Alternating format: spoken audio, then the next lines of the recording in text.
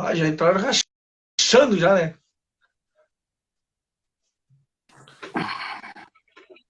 Boa noite, Ô, meu amigo, professor. como é que estamos? Tudo tranquilo? Tudo bem, cara? Tudo bem, Ulisses? Tudo bem? Que ótimo. Vamos esperar um pouquinho, vamos depois começar daqui a pouco para fazer um bom debate hoje, na noite de hoje, né, cara? Vamos, com certeza. Estamos aí para o que deve é. Ó, o Fábio Catani está Legal. presente já. Sim, o Fábio Catani, eu vi que já está observando, né? É uma audiência qualificada, como Com você pediu, né? certeza, o Catani é um grande amigo nosso. Grande figura. Esse Catani de muito tempo. É, eu sei disso. Eu conheço o Catani desde 95, Ulisses. Vai, então, tamo junto. É, desde 95. É por aí. Legal, o pessoal tá chegando aí. Jéssica Januário. O pessoal tá chegando aí, legal. Como é que tá, cara? Tudo bem contigo? Vamos levando dentro do possível, né? Eu imagino. Dentro do possível. É, Chagas Schneider. A Chaga Schneider Chegando. é a Carolina. Eu participei de uma live com ela ontem, com o Juremir Machado. Ela que, Ah, que legal. ela que organizou a live. Aham. Então vamos dar início então, cara? Vamos lá? De levezinho, devagarzinho? Vamos, Vamos lá então. Vou fazer o início tradicional que eu sempre faço. tá ok. Boa, boa noite, pessoal. Estou começando aqui mais um Bate-Papo Cultural, edição número 5.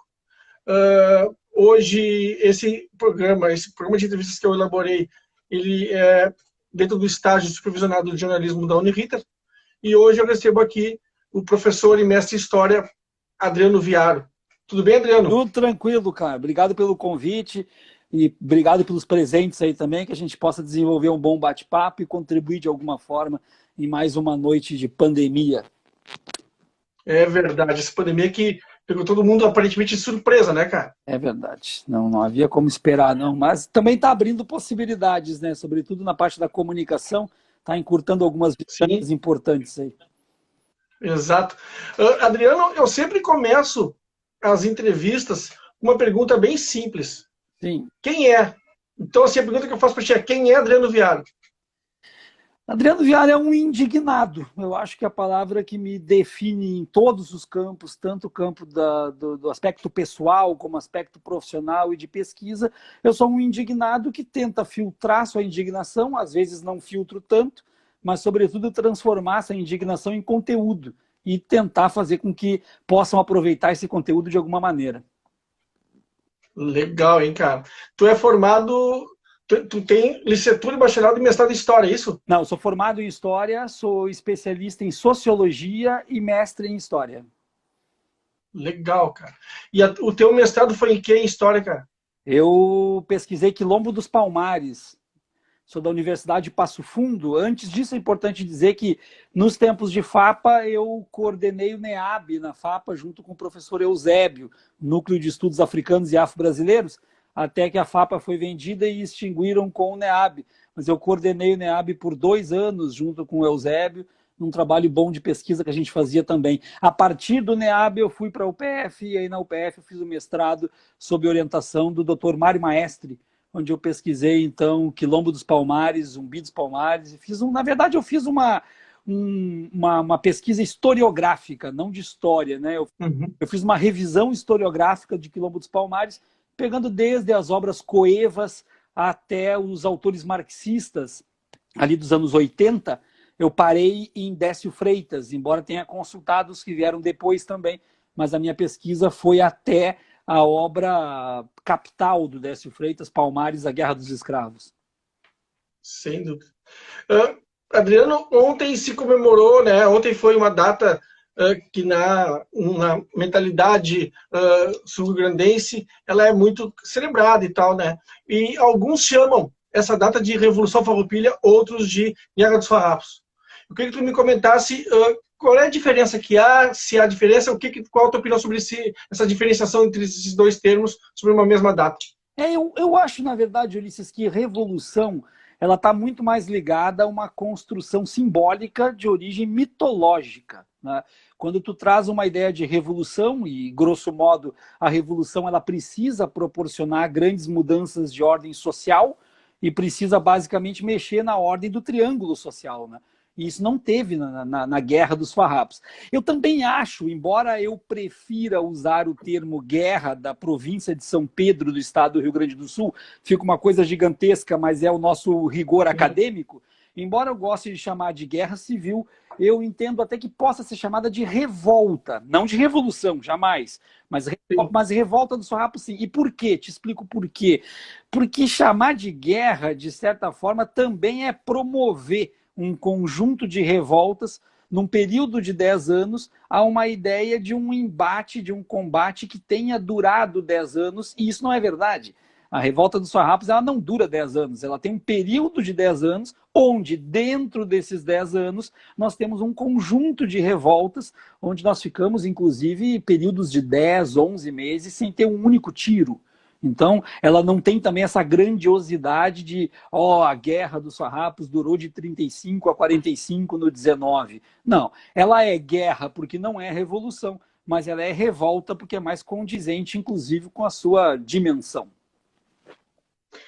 Inclusive, essa terminologia revolução, que e muito se espalha, né, que se comenta, que durou, como tu disse, que durou 10 anos. Né? Quer dizer, na verdade, tu acabou de comentar que não. 10 anos não é bem assim. Teve uma razão para terminar em 45, né? Sim. E foi justamente. Se a gente pegar, Ulisses, a coleção Varela, que é um riquíssimo compilado de documentos, e que poucas pessoas sabem que a coleção Varela está disponível gratuitamente no Arquivo do Estado. Basta ir lá e buscar a coleção Varela, que é aí em torno de 12, 13 mil documentos. Se a gente pegar a coleção Varela, que eu tenho muitos dos exemplares em casa, se a gente pegar, a gente vai ver, por exemplo, que o número de mortos nessa Guerra dos Farrapos é menos de 1 por dia, se nós pegarmos 10 anos e fizermos a conversão, a divisão pelo número de mortes. Morreu menos de 1 por dia. O Juremir, com quem eu tive o prazer de estar conversando ontem, ele traz na obra dele História Regional da Infâmia, né? Ele traz ali claro que o Juremir ele possui uma ironia única, né? O Juremir é fantástico. Uhum. Ele traz com a sua ironia única uma frase que eu levo para mim como forma de brincadeira, mas também de espetar a ferida. Ele diz: na época da Guerra dos Farrapos, morria-se mais de dor de dente e dor de barriga do que em combate.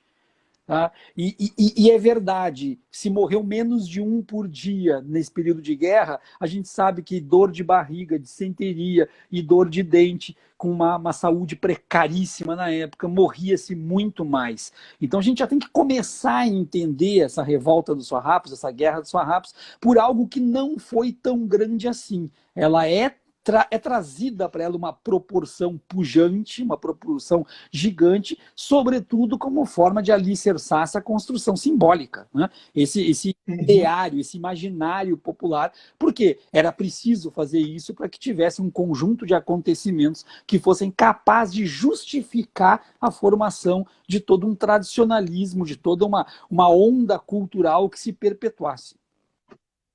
Eu te pergunto justamente por aí. A que tu atribui essa celebração tão... Tipo assim, de repente, de um tempo para cá, se adequou a colocar o termo mês do gaúcho, ou dia do gaúcho, né? A que tu atribui essa celebração tão... de maneira quase uma epopeia? Olha, Ulisses, e tem uma outra obra que eu acho lamentável que ela não esteja inserida, vamos dizer assim, no índex ou no panteão das obras da Guerra dos Farrapos. Eu lamento que não esteja inserida, porque é uma obra fantástica e fundamental. É o livro do antropólogo da URGS, Ruben Oliven. Ele tem um livro fantástico chamado A Parte e o Todo. O Ruben Oliver, nesse livro, ele faz toda uma análise antropológica do surgimento desse gauchismo. E ele nos traz alguns números que são muito importantes, interessantes, relevantes e até alarmantes. Como, por exemplo, a adesão, o engajamento a essa tradição é muito maior nas grandes cidades e nas pequenas cidades que ficam próximas das grandes cidades. Ou seja, na campanha, na fazenda, na lida, não existe grande adesão ao movimento. E a explicação ela é muito óbvia. Aquela pessoa que já vive o gauchismo, aquela pessoa que já vive em cima do cavalo, que já vive na sua lida, ela primeiro não tem o porquê de no seu dia de folga aí reproduzir a mesma coisa. E segundo, que não é a mesma coisa que é reproduzida. Eu conversando com algumas pessoas que são efetivamente da lida do campo, todos eles foram taxativos em me dizer: essa bombacha que se vende nas lojas, a gente não aguenta meia hora em cima do cavalo. Essa bota que vende nas lojas, a gente não consegue passar meia hora no dia na lida. Isso aí é o quê? É boutique. Por isso que a gente fala, às vezes, de forma irônica, que é um cosplay. Porque se eu pegar o conceito de cosplay, é um cosplay. Não chega nem... Eu queria que tu me explicasse isso, que tu usa essa expressão de vez em quando para se referir, né? Sim, sim. Tu usa essa expressão cosplay, né? A questão, o que é o cosplay? O cosplay é aquela reunião de fãs, né? Fãs de super-heróis, fãs de filmes, que se vestem de acordo com seus heróis e que, a partir da vestimenta dos seus heróis, se reúnem em espaços pré-definidos, em datas pré-definidas, para comemorar aquilo e fazer a representação. Então, se eu tenho uma vez por ano um grande encontro onde as pessoas se vestem de acordo com seus heróis, porque foram alçados à condição de herói, eu tenho nada mais, nada menos do que um grande cosplay regional. Agora, é evidente que as pessoas se ofendem com isso, por quê? Porque elas acreditam, a partir de uma construção simbólica, elas acreditam que de alguma forma aquilo seja a representação de algo que de fato aconteceu, mas não aconteceu. Eu coloquei agora há pouco no meu Twitter, inclusive, a diferença entre as indumentárias do gaúcho do século XIX e as indumentárias que se usa como essa representação do gaúcho, que o próprio Paixão Cortes, fundador desse movimento, que fundou junto com o Barbosa Lessa no subsolo do Colégio Júlio de Castilhos, o Julinho, que não ficava onde fica hoje, ficava onde é um prédio da URGS que pegou fogo, né? Então, no subsolo do Julinho, o próprio Paixão Cortes disse que aquelas indumentárias eram umas indumentárias que representavam, então, o estancieiro, e não o gaúcho. O gaúcho é o peão de estância. Aquela roupa não representa o peão de estância, mas sim o estanceiro que fica na sua casa grande, que fica tomando conta dos seus negócios e que não por acaso é a estátua do laçador que o próprio Paixão Cortes serviu como modelo. Então, quando tu me pergunta a quem que a gente atribui esse tipo de reprodução, ela é muito mais a exigência ou a existência de um movimento que quer trazer ou que quer demarcar algum tipo de território a partir, e aí é importante dizer, a partir de concepções ideológicas, político-ideológicas, que estão amarradas ao movimento, e com isso consegue um certo engajamento, não deixar desvirtuar. Porque uma coisa importante que as pessoas saibam, quando esse movimento surge, ele surge também como uma forma refratária a uma cultura estadunidense que está tomando conta de todo o planeta e que está chegando aqui também através daquilo que se chamava de American Way of Life. Isso estava vindo para cá. A mulher, então, que senta na motoneta de lado e cruza as pernas, só para lembrar Marilyn Monroe, ela agora é impedida de fazer isso a partir do momento que ela ganha o traje da prenda. O traje da prenda, que está muito bem desenvolvido em diversos estudos e também no do Ruben Oliven, o traje da prenda, o que é? É uma roupa que tira a sexualidade, é a roupa que tira a sensualidade, é a roupa que tira o protagonismo, é a roupa que fecha o pescoço e o punho, que impede de subir no cavalo e que cria, através de um ideário e de uma imaginação, a bela, recatada e do lar. Sem contar que também dá a essa mulher a condição de submissa, né? Sim, evidente, porque a prenda ela vem em contraposição à China, que é um termo, então, pejorativo e muito ligado à mulher que participa também, a mulher que é guerreira também, a mulher que tem atitude, que tem posição, e vai vir, então, a prenda no seu lugar, a partir dessa concepção da prenda que fica em casa, a prenda que fica no fogão, a prenda que não tem a liberdade, a prenda que não pode se expor, a prenda que é o penduricalho do gaúcho. Agora, se alguém me disser assim, mas isso é agressivo, isso é ofensivo. Ulisses, deixa eu te dizer uma coisa, que eu até não precisaria te dizer, digo mais para quem está assistindo, e não precisaria te dizer porque tu me acompanha há um bom tempo nas redes, assim como eu te acompanho também. Então deixa eu dizer uma coisa para os teus seguidores. Eu não me preocupo se dizem que eu estou ofendendo ou agredindo. Eu passei na minha vida do ponto de ter papas na língua. É simples. Deixa de seguir porque existe um botãozinho para isso. Deixa de acompanhar porque existe para isso. Eu, enquanto historiador, eu tenho compromisso com os fatos. E essa tradição, como eu coloquei no meu Twitter ontem, ela é de vidro sem tempero. Se ela cair no chão, ela quebra. A Chagas Schneider comentou ali que é quase uma burca a vestimenta da mulher. Ela tem um pouco da simbologia também da burca. Claro, nós não podemos cometer aqui o erro da falsa equivalência, que na filosofia, Com certeza. na filosofia nada mais é do que comparar coisas que não são comparáveis. Então nós não podemos cometer então a falsa equivalência, de maneira alguma. Mas, simbolicamente e colocando a estrutura, a divisão, sim, ela está para o gaúcho como a mulher com burca está para o seu marido. Eu não tenho a menor dúvida disso. Mas aí a gente entraria em outras questões de cunho social, de desenvolvimento de sexualidade e de confissão de sexualidade dentro do próprio movimento e na história a partir dele, que são temas interessantes, mas que iriam nos levar para outro norte e nos tomariam muito tempo também. Uma coisa que eu acho interessante que tu comentou, em resumo, assim, né? Vamos define-se então como uma revolta de estancieiros, e a gente sabe, contra uma definição dada pelo poder central, pelo poder do império. Só que assim, hoje no cotidiano, pessoas que jamais estariam próximas desses estancieiros comemoram, celebram. Sim. Como é que tu vê isso? Aí tem uma questão importante para a gente colocar. Primeiramente, quando a gente diz que é uma revolta de estancieiros e quando a gente diz que são pessoas de uma elite da época, a gente tem que entender basicamente uma... Tu tá me ouvindo? Porque para mim travou aqui. Tô. Tá me ouvindo? Ok. Não, tô ouvindo perfeitamente. Então tá ok. Para mim tá ótimo. Certo. Então o que a gente tem que entender? Essa elite da época, para começo de conversa, ela era formada por dois polos opostos e que historicamente sequer se davam entre si. Pecuaristas de um lado, charqueadores do lado. Esses dois pontos de uma elite agrária não se davam entre si, mas naquele momento tinham um inimigo em comum, que era a política tributária do Império, e que além de ser uma política tributária, era aquilo que a gente pode dizer de política não protecionista.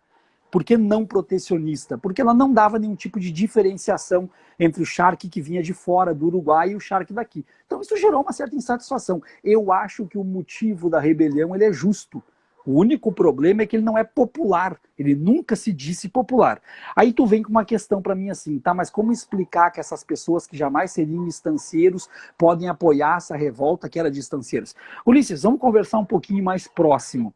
Isso não é uma exclusividade da relação da população com a Guerra dos Farrapos. Se a gente pegar a sociologia, e aí eu posso até indicar para as pessoas a elite do atraso do Gessé Souza, se a gente pegar o livro do Gessé, que ele traz ali num capítulo importante, eu sou um pouco crítico da obra do Gessé, mas acho que naquele livro ele traz um capítulo muito importante, que é onde ele tenta, então, ou ele propõe uma tipologia da classe média brasileira. E nessa tipologia, o que ele mostra? Que a classe média, historicamente, ela é um braço armado da elite, ou seja, ela é a infantaria da elite, que é impulsionada e engajada como infantaria a partir dos meios midiáticos, dos meios televisivos e os meios de comunicação, que instiga, então, essa classe média para que ela seja isso. O que eu quero dizer com isso para ti e o que isso tem a ver com o nosso tema? É que, grosso modo, essa classe média trabalhadora, essa classe média pagadora de impostos, essa classe média produtiva e produtora, ela sempre se espelha na elite. Ela sempre busca a defesa da elite. Não é em relação à Guerra dos Farrapos, é em tudo. É no atual governo, é na atual política. Ela encontrou uma forma de sentir-se elite defendendo os direitos da elite. Essa é a postura dela sempre. Então, quando tu coloca a Guerra dos Farrapos e tu diz que a Guerra dos Farrapos era da elite para a elite, não era do povo, o que essa classe média de hoje diz? Mas se era da elite para a elite, então é para mim. Então é para mim, porque eu sou da elite. É para mim. Ele se entende desta forma e ele dá ressonância dessa forma a toda uma estrutura social que ele não pertence a algo, mas ele prefere se distanciar de quem está debaixo dele, se aproximando de quem está acima, nem que seja como uma infantaria. E aí ele diz, se essa guerra representa aquele que hoje eu apoio, no século XXI, então eu também vou apoiar essa guerra porque representa quem hoje eu apoio. Se ele tiver que ir contra a Guerra dos Farrapos em matéria de constituição histórica, historiográfica, de trabalho denso, se ele tiver que ir contra, ele vai ter que se transportar para a história no lugar do peão de estância, ou no lugar do escravizado. Ele não quer isso. Ele quer ser visto como herdeiro daquele que estava no comando. Então ele diz, vamos lá celebrar, sirvam nossas façanhas de modelo a toda a terra. Como diria Renato Russo, vamos celebrar a estupidez humana, né? A estupidez de todas as nações. Né? Exatamente. Sem sombra... É verdade. Uma outra coisa, voltando assim, uma questão que sempre fomentou uma discussão, às vezes até calorada, foi a Guerra de Porongos, né? Uhum. Sempre foi até motivo, às vezes, assim, de, tipo, uma discussão de rompimentos, às vezes, né? Eu queria que tu me comentasse. Bom, o que foi a Guerra de Porongos, o teu posicionamento sobre ela. Tá. Primeiramente, a gente tem que entender que Porongos foi escondido durante muito tempo, embora os documentos estivessem ali, não era colocado no colégio, era escondido durante muito tempo, por um motivo muito simples. Criou-se nesse imaginário popular, criou-se nesse imaginário da guerra, a ideia de que os revoltosos eram abolicionistas. Então, criou-se esse mito, criou-se essa lenda, eles eram abolicionistas. A partir do momento que tu revela Porongos, tu acende um amarelo piscante, como os nossos semáforos da madrugada, né? E aí tu diz, opa, mas para aí, como assim abolicionistas se entregaram os negros numa chacina? Então, num primeiro momento, isso é escondido. Mas antes de falar de Porongos, é importante a gente dizer que essa questão do abolicionismo da Guerra dos Farrapos, ela tem 3 pilares que desconstroem esse abolicionismo. São 3 pilares. Primeiro, talvez o mais importante de todos, a guerra só existiu porque financiada foi por venda de negros. Essa é a primeira coisa que tem que ser dito. Essa guerra maravilhosa, pujante, que comemoram no 20 de setembro, ela só foi possível porque Domingos José de Almeida vendeu escravos no Uruguai.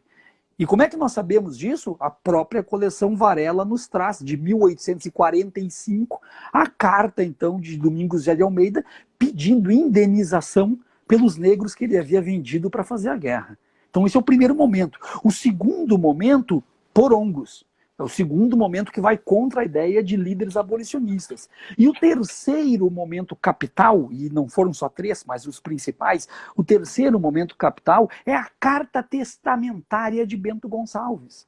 Bento Gonçalves, o herói farrapo, abolicionista, quando morre, deixa o testamento com mais de 50 negros de herança para a mãe e para o irmão. Esse Bento Gonçalves, esse que foi chamado de canalha por Vicente da Fontoura no seu diário, esse que foi chamado de herói ladrão por tal Golim na sua obra lá dos anos 80, quando ainda era um estudante de história. Então, isso nós temos que trazer. E aí tu me coloca Porongos. O que é Porongos? Porongos ele deve ser tratado da forma que o Juremir trata, infâmia. Não existe outra explicação para Porongos na Guerra dos Farrapos. Infâmia. Porque nós chegamos no final da guerra. Não havia mais como sustentar essa guerra. Havia tentativa, então, de uma capitulação. Ou mais do que uma capitulação, uma necessidade de pedir clemência para as forças imperiais. Só que ninguém ia dar clemência nenhuma se nós não tivéssemos de fato, ou uma anistia que seja, se nós não tivéssemos de fato uma solução para os negros. Porque naquele momento os negros tornaram-se um problema. E tornaram-se um problema por vários motivos, mas 2 me parecem os mais significativos deles. Era uma tropa armada, tu daria liberdade para negros que já sabiam pegar em arma. E segundo, que para libertar os negros tu teria que indenizar os donos. Sem falar que muitos desses negros eram do Império, nem eram dos farrapos. Muitos eram do Império e foram chacinados em Porongos justamente para não ter que devolver eles para o Império. Então o que ocorre? Se faz uma manobra, um acordo entre Davi Canabarro e Chico Pedro Moringue, como era chamado, era o braço direito de Duque de Caxias aqui no Rio Grande do Sul, na província de São Pedro. Se faz um acordo então de Canabarro, o grande Davi Canabarro, ele faz um acordo numa carta que o movimento gosta de dizer que é falsa, que teria sido escrita depois dos acontecimentos para fazer a caveira do Davi Canabarro. O interessantíssimo é que eles não explicaram como é que uma carta que foi feita depois continha no seu conteúdo tudo o que havia de fato acontecido e algumas coisas que eram por acontecer. Tem um desnível. E outra coisa, que a assinatura do Duque de Caxias é verdadeira. Quer dizer que eu tinha no século XIX, em novembro de 1844, uma carta com uma assinatura verdadeira e um conteúdo falso. É uma coisa maravilhosa. Eu acho que eles tinham multifuncional na época, não tem outra explicação. Então, nessa carta se trama tudo e se coloca na carta, inclusive, que deveria, então, desarmar os negros na noite anterior e que deveria preservar a vida dos brancos e dos índios, gente brasileira, pois nos serão úteis no futuro. Isso está no texto da carta, nós temos a carta, está no Arquivo Público do Estado, eu tenho ela aqui comigo, inclusive. Então, e aí foi feita, então, a grande infâmia, onde os negros, lanceiros negros e infantes negros, é bom frisar, não foram só lanceiros negros e infantes negros, porque existia uma infantaria negra, foram então chacinados, morrendo mais de 100. Então é um evento histórico na guerra, porque uma guerra que morreu menos de um por dia, se numa única batalha morreu mais de 100, um evento histórico na guerra, e muitos conseguiram fugir. Muitos conseguiram fugir para o Uruguai, um livro maravilhoso do Mário Maestri, com um título significativo, chama-se Deus é Grande, o Mato é Maior. Então, aquela ironia do Mário Maestri, onde ele coloca que os negros perceberam que Deus é grande, mas o mato é maior, vamos embora. Então, e muitos que saíram vivos foram mandados para o Rio de Janeiro para serem reescravizados. Ali, então, a infâmia de 14 de novembro de 1844, ela sela o problema que tinha, então, do Império com os farroupilhas, que era dar um destino aos negros. O destino foi dado da pior forma possível e, dessa forma, conseguem, no ano seguinte, então, fazer o Tratado de Ponche Verde, que é, talvez, a grande falácia farroupilha do final da guerra. Porque quando se diz Tratado de Ponche Verde, se traz a ideia para todos de que um tratado foi assinado. E o tratado não foi assinado. Davi Canabarro e Caxias nunca estiveram no mesmo lugar, na mesma hora, para assinar um documento. Foi uma anistia dada pelos imperialistas para os farroupilhas, sem a assinatura do famoso Tratado de Ponche Verde, que também é de vidro sem tempero. E eles chegam, inclusive, me corrija se eu estiver errado, a ganhar, como que chama? Patentes militares, né? Não, a partir da assinatura, ou não? Na verdade, os líderes militares, os líderes farroupilhas, eles não só ganham patentes militares no final, como eles ganham indenização. Eles são indenizados no final dessa guerra. Então, nós temos algumas questões no estado do Rio Grande do Sul que são simbólicas, são da ordem simbólica, e ninguém para pensar, né? Por exemplo, onde é que fica o Palácio Farroupilha? Sabe me dizer em que rua fica o Palácio Farroupilha? Na Duque de Caxias. Duque de Caxias. Então quer dizer que o Palácio Farroupilha, nome em homenagem aos farrapos, está na rua do nome de quem acabou com os farrapos. É interessante, né? Esse tipo de simbolismo a gente tem que parar para pensar. E não é à toa, né? Não é à toa. Nós temos que parar para pensar. Esses heróis, a gente já falou aqui, por exemplo, de Bento Gonçalves. Bento Gonçalves era um canalha, gente. Canalha. Tomara que tu deixe que salva essa live para as pessoas poderem me ouvir. Estará sempre salva. Bento Gonçalves, que é nome de praça, que é nome de estátua, que é nome de cidade, que é nome de condomínio. Bento Gonçalves era um canalha. Mas nós já falamos de Bento Gonçalves, que era um canalha, falamos de Davi Canabarro, que era um traidor da infâmia de Porongos, mas nós temos que falar ainda do General Neto. Né? Pô, nós temos um filme lindíssimo, romântico sobretudo, Neto perde a sua alma. O Juremir, no livro dele, chama um capítulo de forma irônica, como de costume, de Neto perde a sua ética. E por que Neto perde a sua ética? Porque Neto, num determinado momento da guerra, ele pediu dinheiro para vestir as tropas. As tropas, a gente já sabe, andavam aos farrapos. Então ele pediu dinheiro para vestir as tropas. O Vicente da Fontoura, no diário dele, é bom situar para as pessoas que o Vicente da Fontoura, ele foi o último secretário da Fazenda da República Rio-Grandense. Ele está, na verdade, naquele momento ali, fechando as contas e passando a régua para entregar para o Império. O Vicente da Fontoura, no seu diário, ele relata que o Neto pegou o dinheiro para vestir as tropas e nunca vestiu. Nunca vestiu.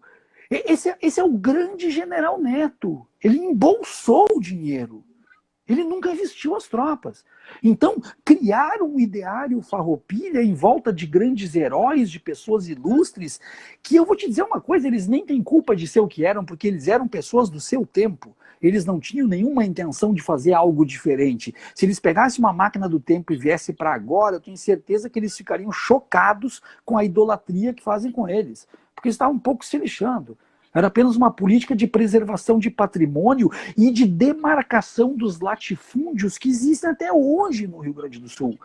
Esses latifúndios, eles são demarcados e perpetuados a partir da Guerra Civil da província de São Pedro do Rio Grande do Sul. Enquanto que a gente fica fazendo conto da carochinha para crianças, para jovens e para adultos nas unidades escolares e inclusive nos espaços sociais e públicos desse estado.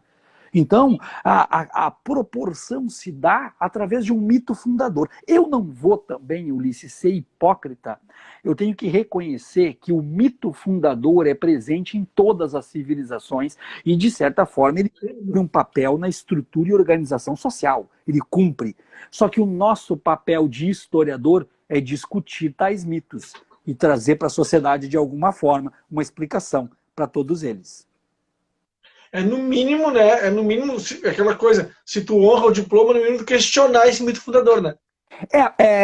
Eu tenho muita dificuldade, Ulisses, muita dificuldade de entender quem se depara com os documentos, quem se depara com os textos sérios a partir dos documentos e faz vista grossa. Eu te juro, eu tenho muita dificuldade. Muita dificuldade. Eu digo para a pessoa, tá, então faz o seguinte, larga. Muda de função, vai fazer outra coisa. Porque tem uma coisa que eu acho que as escolas de graduação não falam para os seus acadêmicos e deveriam falar. Trabalhar com história não é só reproduzi-la.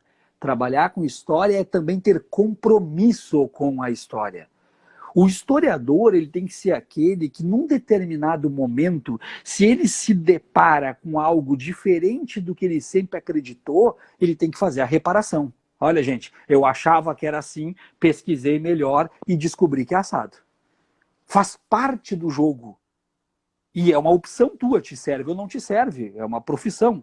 Faz parte do jogo. E aí tu tem que entender como que isso deve ser feito, de que forma articulada em todos os campos do saber. É reconhecer que às vezes, né, tu encontrou um documento que te contraria, que tá ali uma representação do que, tipo, não é que, tipo assim, não é que eu estivesse errado, mas até aqui eu acreditava nisso, e agora o documento me mostrou que não, que era outra coisa. Por que eu te falei que na minha pesquisa de Palmares eu fui até a década de 80? Por quê? Porque o que vem depois disso talvez mude completamente a minha visão e eu ainda não pesquisei. Daqui a pouco encontram mais documentos a respeito de Palmares que vão contra muita coisa que eu coloquei e eu vou ter que fazer a revisão do meu estudo. Entendeu? Posso te provocar? Claro.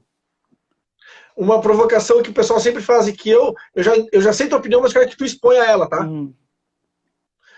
É a respeito que sempre quando alguém questiona ou critica ou bota aspas contra a parede Palmares, especialmente Zumbi, diz que, por aspas, tinha escravos. Tá. Fecha aspas. Comente. Se Zumbi tinha escravos, né? A primeira coisa que a gente tem que entender quando fala de Palmares, e aí tu me tira da Guerra dos Farrapos e me coloca, vou te dizer assim, tu me coloca numa zona de conforto, porque para mim falar de Palmares, por mais que seja uma provocação e algo que de fato me incomoda, mas me deixa numa condição de conforto. Quando a gente fala de Palmares, a gente tem que entender alguns pontos que são fundamentais.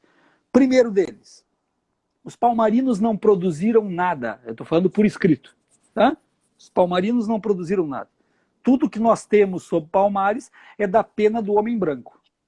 Seja ele português, seja ele holandês, seja ele bandeirantes. Bandeirantes não, porque os bandeirantes não sabiam escrever, não sabiam nem falar. Tá? Então, não sabiam nem falar, muito menos, e falava uma mistura de tupi-guarani com português e com holandês. Tá? Então, nós temos o homem branco produzindo a historiografia, vamos dizer assim. Historiografia não, as obras coevas, as fontes coevas são produzidas pelo homem branco. Então, a primeira coisa, tudo que se afirmar sobre Palmares, eu tenho que partir do ponto de que foi uma pessoa branca que falou. Segundo ponto, tudo que se afirmar sobre Palmares foi um homem branco do século XVII que afirmou. Então, não preciso nem dizer qual é o percentual de racismo, né? Século XVII. Sim. Afirmou. Terceiro ponto, tudo que se fala sobre Palmares, quando se fala das relações sociais internas dos quilombos, é chute, porque ninguém teve dentro de Palmares. E como é que a gente sabe disso? Porque nós temos as cartas das primeiras expedições de holandeses e de portugueses. Quando eu digo holandeses e portugueses, é bom situar, né, o público que nós temos ali até metade da existência de Palmares, a invasão holandesa. Tá? Então, com isso, nós vamos ter a possibilidade de entradas de expedições de holandeses e de portugueses. Nessas entradas, pouquíssimas ficaram dentro de Palmares para afirmar como que eram as relações sociais. Nós podemos pegar alguns relatos de holandeses e alguns relatos... O Gaspar Barlels, um holandês, ele fez um relato dentro de Palmares de que existiam mecanismos de punição dentro de Palmares. Aí alguns historiadores desonestos, na verdade alguns não dá nem para chamar de historiadores, né? Então, desonestos, o que eles fizeram? Eles pegaram mecanismos punitivos no interior de Palmares, que tinham a presença de torturas, e transformaram isso em presença de escravidão. Por que isso é desonesto, Ulisses? Tu consegue imaginar uma organização quilombola no século XVII se deparando com um negro traidor que foi como espia da capitania de Pernambuco, pegar esse negro e torturá-lo como forma de punição? Tu consegue imaginar isso escravidão? A pessoa que imagina essa escravidão não tem nem ideia do que seja escravidão. Então, é mecanismos punitivos. Mas isso é uma parte da explicação. Ou seja, tudo chute. Vamos para a segunda.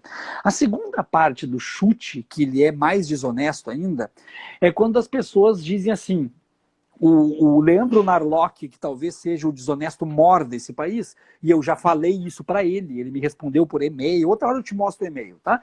Então, o Leandro Narlock, o que ele disse na obra dele? Que já que na África Ocidental, naquela época, em alguns povos, tinha um tipo de escravidão, e a grande maioria dos negros de Palmares teriam vindo daquela região da África Ocidental, logo estes povos tinham escravidão dentro do Brasil. O que este rapaz não conseguiu perceber foi o seguinte, que lá na África Ocidental são povos plurais degladiando-se, combatendo e gerando escravidão de guerra. Enquanto que em Palmares todos estavam juntos e unidos pela mesma causa, se voltando contra a capitania de Pernambuco. Por que esse cidadão não consegue fazer essa diferenciação? Porque não passa pela cabeça dele que na África eram povos plurais se degladiando. E por que não passa na cabeça dele que eram povos plurais se degladiando? Porque para ele negro é tudo igual. E por que para ele negro é tudo igual? Porque ele é um racista, o senhor Leandro Narlock. Ele é um racista. Ele passa, então, de uma visão monolítica para tentar trazer uma explicação absurda. E o terceiro ponto para finalizar, aí eu vou ter que chover no molhado, ou chover na minha horta, né, naquilo que eu usei para desenvolver a minha dissertação de mestrado, eu vou pegar necessariamente a explicação marxista. Não vou ter como fugir dela. Esquece tudo isso que eu te falei e vamos para a explicação marxista. Não existia em Palmares um excesso agrícola, um excedente agrícola que justificasse a presença do escravismo colonial, que é um conceito absolutamente ibérico, desenvolvido inclusive pelo Jacob Gorenger numa obra fantástica. Não tendo um excedente agrícola, como é que eu vou escravizar? Porque a escravidão é para plantar, colher e vender. Se a agricultura era de subsistência, Ulisses, eu tenho que perguntar para esses cidadãos, me explica, onde que entra escravo numa agricultura de subsistência? Me explica. O único excedente agrícola que existia em Palmares era produzido por eles para trocar com os povos vizinhos por armas e tecidos, quando começaram a fazer escambo, e foi isso que revoltou a capitania de Pernambuco, porque o escambo com os povos vizinhos ia contra o pacto colonial que tu tão bem conhece, o pacto colonial Brasil-Portugal. Então, com isso eu te digo, eu não posso bater o martelo e dizer não existia escravidão em Palmares, mas eu posso bater o martelo e te dizer nós não temos provas de escravidão em Palmares e é pouco provável que tivesse escravidão em Palmares. Agora, aquele cara que bate o martelo, Zumbi tinha escravos, eu acho que para esse cara a gente pode indicar um psiquiatra, porque terapia geralmente resolve. Boa. Eu queria voltar agora contigo na questão da revolta dos estanceiros, a revolta farroupilha, enfim. Queria que tu me comentasse o que tu já tem de conhecimento a respeito de filmografia sobre o assunto. O que tu indica, o que tu não indica, por quê? Olha, Ulisses, eu vou te dizer assim, ó, tudo que eu vi até hoje de filmes, eu posso estar enganado porque eu não vi tudo que existe, evidentemente, tá? Sim. Aquilo que eu vi, eu tenho que me responsabilizar por aquilo que eu vi. Os filmes que eu vi sobre Guerra dos Farrapos são poesia, tá? Apenas, tão somente poesia. Assim como a obra primorosa, riquíssima do Érico Veríssimo, O Tempo e o Vento, é poesia, tá? Tem gente que ainda entende que O Tempo e o Vento é um livro de história do Rio Grande do Sul. Não, é poesia. É um documento. Tá? É poesia. Ou como diria Mário Maestre, Érico Veríssimo não sabia nem fazer chimarrão. Tá? Então é poesia, poesia pura. E é dentro disso que a gente tem as obras, porque A Casa das Sete Mulheres é poesia. Neto perde a sua alma, não é nem poesia, é canalíssima, vamos chamar de poesia. Tá? É romantizar o absurdo. Então, agora tem alguns outros curtas que eu não lembro o nome. Então, eu, como professor, não recomendo dentro daquilo que eu conheço, embora eu saiba que estão produzindo alguma coisa boa a respeito de porongos. Eu sei que está sendo produzido, ou de repente já saiu, eu não sei, porque faz um bom tempo que eu não me dedico a farrapos. Tá? Mas daquilo que eu vi, eu não recomendo, porque aquilo que eu vi, bem ou mal, se esconde a infâmia. Tá? A infâmia ela é escondida. E a infâmia é o quê? É o que está voltado para a ideia de porongos. Agora, eu gosto de recomendar sempre dos meus amigos Rick e Rafael, que são do grupo de rap Rafuage, né? Eles têm um clipe maravilhoso, né, chamado Manifesto Porongos, e junto desse Manifesto Porongos foi feito um documentário também chamado Manifesto Porongos, e eu recomendo sempre. O Rafael estava comigo ontem na live com o Juremir, e vai estar amanhã também. Amanhã eu faço live com o Eusébio, né, que tu conhece, com o Rafael, com o Márcio Chagas e com a Fernanda Melchiona. Eu coloquei já no meu Instagram a divulgação dessa live de amanhã. Então, eu não recomendo, porque a filmografia dos farrapos ainda está, salvo aguardando algumas exceções que eu não conheça, ainda está amarrada a essa cultura oficial, essa tentativa de trazer uma cultura única para o Estado, que está, grosso modo, representada no próprio hino Farroupilha, que tem a pretensão de ser hino do Rio Grande do Sul. Eu costumo dizer para as pessoas, se tem alguém do Rio Grande do Sul nos ouvindo aqui, eu costumo dizer para as pessoas, o Rio Grande do Sul não tem hino. Quem é que está dizendo? Eu. Eu estou dizendo, o Rio Grande do Sul não tem hino. O que nós temos é um hino Farroupilha. Ele é um hino que faz um louvor e uma exaltação única e exclusivamente aos 10 anos da fatídica guerra. E um hino não é isso. Um hino tem que contemplar toda uma história. Um hino, o Catani botou Anaí de las Misiones, aí, não conheço, viu? O Catani é cultura, né? E o Catani tem... Um abraço ao Fábio Catani, que está nos assistindo. Eu não vi Anaí de las Misiones, mas todo mundo que eu conheço, que comenta, tece elogios. Eu não vi. O Catani tem um repertório fantástico, né? Magnífico. Então, eu não conheço. Até acho que tu tinha que marcar um bate-papo com o Catani. Catani aí é um... Vou chamar ele na conversa então mais tarde. Catani é uma indicação boa para ti, porque tem um repertório maravilhoso. Aham. Me diz uma coisa, se tu fosse indicar, vamos supor, tá? Eu não sei nada sobre a Revolução Farroupilha, a Guerra dos Farrapos, enfim, eu chamo de Revolução Farroupilha, Uhum. tá? Vamos imaginar assim. E tu quer me indicar um ou dois ou três livros para que eu leia e que eu, não digo que eu mude de ideia, mas que eu plante na minha cabeça uma dúvida. Uhum. Que livros que tu me indicaria? Um pouquinho aqui. Vamos por partes. Vamos pegar esse aqui. Vamos pegar esse aqui. Vamos pegar esse aqui. Tá, mas são livros que eu encontro facilmente? Sim, sim, sim. Sim, sim, diz ele. Sim, sim. Vamos lá, ó. Então, o primeiro que não vai falar especificamente da Guerra dos Farrapos, mas vai falar do gauchismo, tá? A ideologia do gauchismo do Tal Golin, tá? Do Tal Golin. Isso é fantástico, isso é maravilhoso. Vai pegar, onde ele vai explicar por que, que o gauchismo ideologicamente é de extrema direita. Né? Ele vai explicar na sua fundação. Inclusive, eu te recomendo procurar na internet, tu encontra rapidinho no Google, o Manifesto contra o Tradicionalismo, que é do Tal Golin, assinado por vários professores, mas que é do Tal Golin. Leia o manifesto, tá? É uma primeira indicação que eu te dou. Segundo, indo mais na linha dos documentos e não dos livros, o Diário de Vicente da Fontoura. Esse aqui é difícil de encontrar, tá? Esse aqui é difícil de encontrar, já te digo, vai conseguir em sebo digital, esse é difícil. Então é o diário mesmo do Vicente da Fontoura. Quando eu te digo, ele era o último secretário da Fazenda da República Rio-Grandense, estava passando a régua na contabilidade, aqui, que ele chama, então, o Bento de calhorda, de canalha e de tudo. Agora, vamos fazer uma ressalva importante. O Vicente da Fontoura era racista, era era escravizador, tá, tudo mais. Ele está xingando todo mundo porque ele era um inimigo político dos líderes da Guerra dos Farrapos. Não que ele fosse, evidentemente, o semideus, de maneira alguma. Um livro específico sobre o que a gente está falando, ó, Moacir Flores, Negros na Revolução Farroupilha. Tá? Livro fininho, fácil de achar, especificamente sobre essa temática dos traição em Porongos e farsa em Ponche Verde. Tá? Esse livro. O Moacir Flores, ele é um pouco mais leve do que o Juremir, ele gosta mais de fazer a política da boa vizinhança, né, coisa, mas é uma obra importante para ser lida. Eu não posso fechar com outro, né? Não tem como ser diferente. Juremir Machado da Silva. Isso aqui é a Bíblia de quem quer saber de Guerra dos Farrapos. Né? Isso aqui é a Bíblia.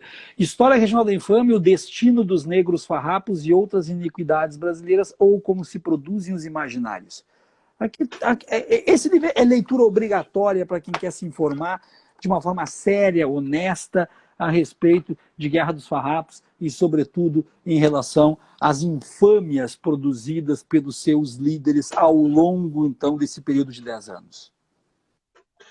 Professor Adriano Viaro, tenho que te agradecer muito por esse tempo todo agora que nós estivemos aqui discutindo e conversando e muito mais ouvindo do que eu aqui, muito mais ouvindo do que falando, porque eu acho que a boa entrevista é essa, entendeu? Sim. Onde o entrevistado fala mais do que o entrevistador. Eu me lembro da minha formação, porque eu sou formado em radialismo, né? Sou do tempo que o radialista podia fazer a sua formação e atuar. Eu sou radialista formado, e aí eu me lembro das minhas cadeiras de entrevista e apresentação, me lembro muito bem do que você está me falando aí. Tenho muito a te agradecer e dizer que foi um privilégio ter essa aula. Sabe? E a grande vantagem é que vai ficar gravado e as pessoas vão poder acessar futuramente, entendeu? Sim. Eu tenho aqui a saudar o pessoal que está aqui nos ouvindo, nos vendo aqui no chat, né? O Ivan, que chegou há pouco, o pessoal que está aí, o Fábio, que está aí também. Te agradecer por esse momento de bate-papo e queria que tu deixasse fechasse esse nosso bate-papo. Bom, eu vou fechar de uma forma que eu costumo falar sempre que eu abordo essa temática. Se as pessoas perguntarem assim para mim, tá, mas com tudo isso que tu falou, tu tá querendo dizer então que a gente não pode comemorar o tradicionalismo, que a gente não pode comemorar o 20 de setembro, que a gente não pode ser gaúcho, coisa... Não, façam o que quiser da sua vida.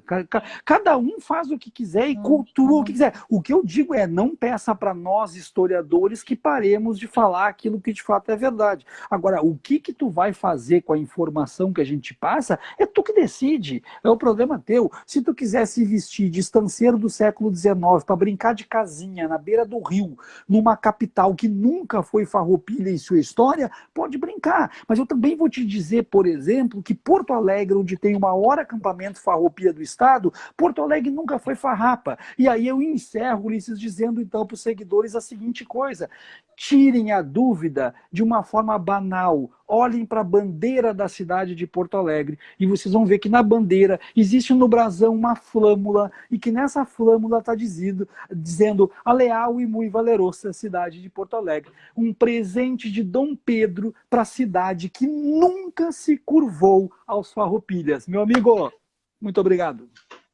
Obrigado, professor Adriano. Um abraço a Schneider, que está aí nos assistindo até agora. Satisfação ter te ouvido nessa noite, tá?